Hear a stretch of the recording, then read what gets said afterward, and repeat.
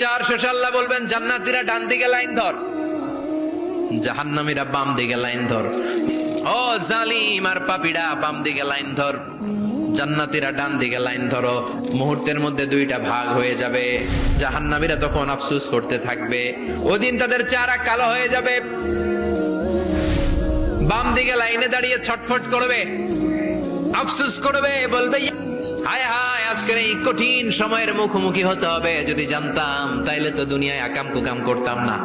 হায় হায় কেন নামাজ পড়লাম না, কেন রোজা রাখলাম না, কেন মাহফিল গুলাতে গেলাম না, কেন কোরআন পড়লাম না, কেন মা বাবার খেদমত করলাম না, কেন আলেম ওলামা পাইলেই গালি দিতাম, কেন ইসলামের বিরোধিতা করতাম, কেন হকের বিরোধিতা করতাম, কেন মনে যা চাইতো দুনিয়ার বুকে শুধু সেটাই করে বেড়াতাম, কেন এটা করলাম। ইয়ালাই জানি কদ্দাম চুলি হায়াতি, কপাল ঢুকবে কিন্তু সেদিনের চিৎকার তারে বাঁচাতে পারবে না। চিল্লা এখন ঠিক কিনা?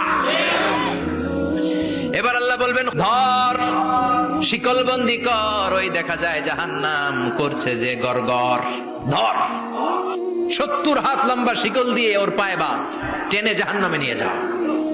আলাদা হ বলার সাথে সাথে দৌড়, আলাদা হ, জাহান্নামীরা আলাদা হ। জাহান্নামীদের হুঁশ থাকবে না। জাহান্নামীরা বাঁচার জন্য জান্নাতীদের লাইনে ঢুকে যাবে, কিন্তু জান্নাতীদের চেহারাগুলোরে পূর্ণিমার চাঁদের মতো সুন্দর করেছে কে? আর জাহান্নামীদের চেহারাগুলোরে কুচকুচে কালো বানিয়ে দিবে কে?